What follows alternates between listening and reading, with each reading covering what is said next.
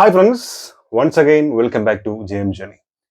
കുറച്ച് ദിവസങ്ങളായിട്ട് ഞാൻ ഒന്ന് രണ്ട് വീഡിയോയിൽ ഞാൻ പറഞ്ഞിട്ടുണ്ടാവും കടകൻ എന്ന് പറഞ്ഞ സിനിമ നിലമ്പൂരുകാരന്റെ അഭിമാനം എന്നൊക്കെ പറഞ്ഞിട്ടൊക്കെ ഞാൻ പറയാറുണ്ട്. സജിൽ മമ്പാട് സംവിധാനം ചെയ്യുന്ന നമ്മുടെ ഹക്കീം ഷാജഹാൻ നായകനായിട്ട് വരുന്ന അങ്ങനെ കുറെ പ്രത്യേകതകളുണ്ട്. വേഫർ ഫിലിംസ് ആണ് അത് ഡിസ്ട്രിബ്യൂട്ട് ചെയ്യുന്നത്. മാത്രമല്ല ഈ ട്രെയിലറും ലോഞ്ച് ചെയ്തിരിക്കുന്നത് നമ്മുടെ സ്വന്തം DQ ദുൽഖർ സൽമാൻ ആണ്. ഇതിൽ ട്രെയിലർ വന്നിട്ടുണ്ട്. നമ്മൾ ഈ പറഞ്ഞതിലേക്കുള്ള സാധനം ഉണ്ടോ എന്നുള്ളത് ഇപ്പൊ നമുക്ക് ഏകദേശം തീരുമാനമാവും. സോ അതൊന്ന് കണ്ടു നോക്കാം അല്ലെ. ഒരു മിനിറ്റ്, അതിൻ്റെ ഏതോ പാട്ടൊക്കെ വർക്കായിട്ടുണ്ട്. Ready ready. Kadathanadan cinemas music ഇല്ലേ? കൂടപ്പാറിന്റെ ചോട്ടുന്ന ബോഡി മുങ്ങിയെടുത്ത് വന്ന് നിർത്തിയതാ. എല്ലാവർക്കും ഗോപേട്ട മുങ്ങിച്ചെത്തതാ. ഏത് മിന്നൽ മുരളി ഏത് മലവെള്ളത്തിലും ഉടനെ അക്കരക്ക് നീന്തി കിടക്കണ ഗോപേട്ടനെ. ഒരു ഇൻഫർമേഷൻ ഉണ്ട്. ഡ്യൂട്ടിയിലാരാ? അടിയും പിടുത്തവും ഉണ്ടാക്കണം, പോലീസുകാർ പിന്നാലെ വരണം. അതൊന്നുമല്ല അല്ലേ? എന്നാ വേണ്ട, ഞാൻ ചുരുളനെ വിളിച്ചോളാ. നിങ്ങളതിന് നിക്കല്ല സുലൈമാൻക്കാ, ഞാൻ സെറ്റാക്കാം. എന്താ കേട്ടു വിടറാ? ഓ എനിക്ക് അറിയാണ്ട് ചോദിക്കാം, ഇതിനെന്താ കീരിയും ബാബു? പോലീസ് ആ പന്നിക്കൊരു പണി കരുതി വെച്ചിട്ട് കാലം കുറെ ആയി. അതിപ്പോ ഏമാമാരായിട്ട് അങ്ങ് തീർത്തു. കിട്ടിയത് എനക്കാണെങ്കിലും കൊണ്ടത് എനിക്കും കൂടിയാ. തോറ്റൊന്ന് മനസ്സിൽ തോന്നിക്കഴിഞ്ഞാ പിന്നെ എണീക്കാൻ കഴിയൂല. അതുകൊണ്ട് ഈ ഇരിപ്പിരുന്നാലേ ഇരുന്നങ്ങോട്ട് പോകും. ഞാൻ തീർത്തു കൊടുക്കുന്നുണ്ട്.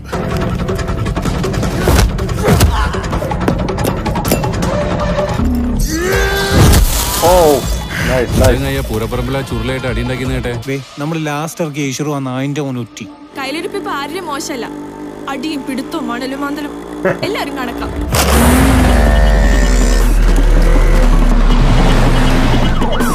ചെയ്യണത് കൊള്ളപ്പണിയാണെങ്കിലും അതിനൊരു നേരിടുന്നല്ലേ മുസ്തഫങ്ങൾ പറയല്.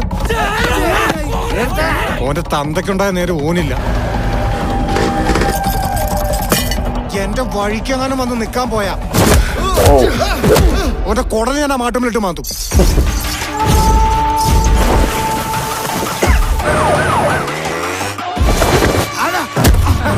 മാത്യു കള്ളക്കാക്കി. ഇവിടെ ചക്രം തൊട്ടവന് വെറുതെ വിടാൻ പറ്റൂല. മേത്ത് പണിയണം.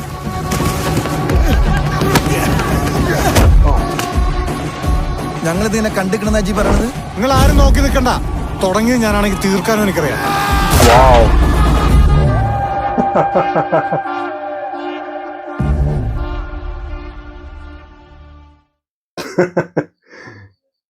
സത്യം ഒറ്റ വാക്കിൽ പറഞ്ഞാൽ ആകൊരു ബേജാറ്.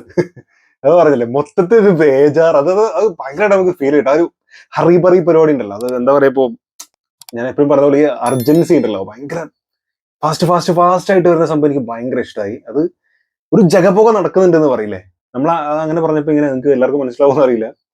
മൊത്തത്തിൽ എന്തോ ഒരു സംഭവം ഉണ്ട്, അതന്നെ ജഗപുക. ആ ഒരു സാധനം ഭയങ്കര ഫീൽ ചെയ്യുന്നുണ്ട്.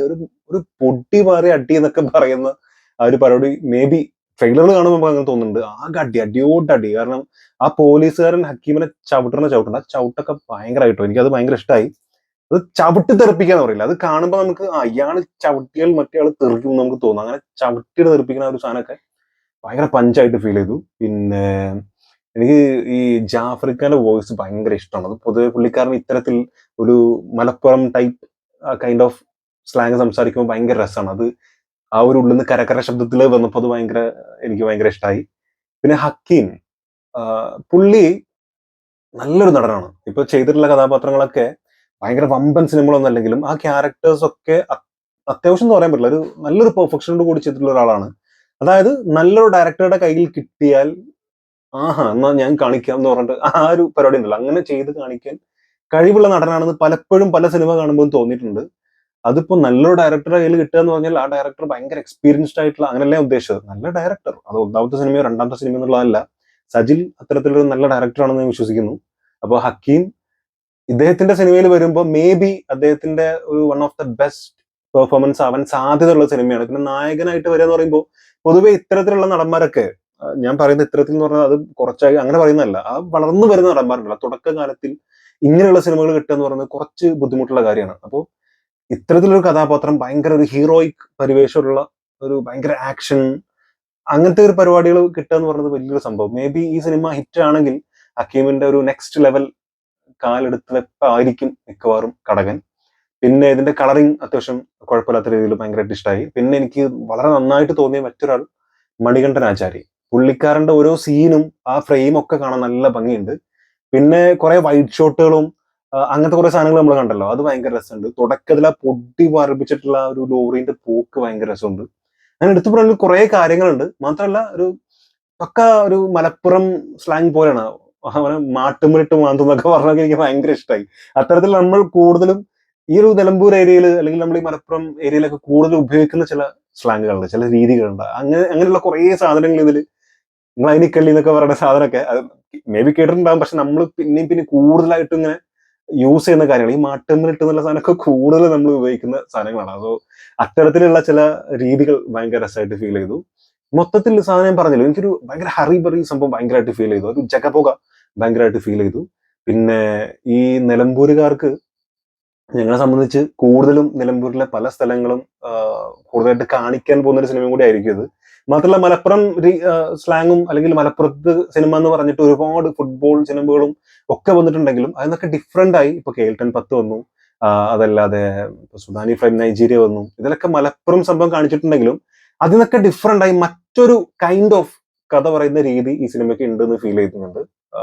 ആ സ്ലാങ് അങ്ങനെയാണെന്നുള്ളതല്ല, ആ ഒരു വേറെ രീതിയിൽ മറ്റൊരു രീതിയിൽ സഞ്ചരിക്കുന്ന ഒരു സംഭവം അത് മലപ്പുറത്തെ വരും. മലപ്പുറം വരുമ്പോൾ കൂടുതലും ഈ ഫുട്ബോളായിട്ട് കണക്ട് ചെയ്തിട്ടാണല്ലോ പരിപാടി വരാറ്. പക്ഷെ അതിനപ്പുറത്തേക്ക് ഈ ലോറി അതിലുണ്ടാകുന്ന സംഭവങ്ങൾ അവരുടെ ഇത് എന്താണ് സംഭവം നമുക്ക് മനസ്സിലാവുന്നില്ല. അതായത് ഇവരെന്തിലോ ഒന്ന് കുടുങ്ങുന്നുണ്ട്.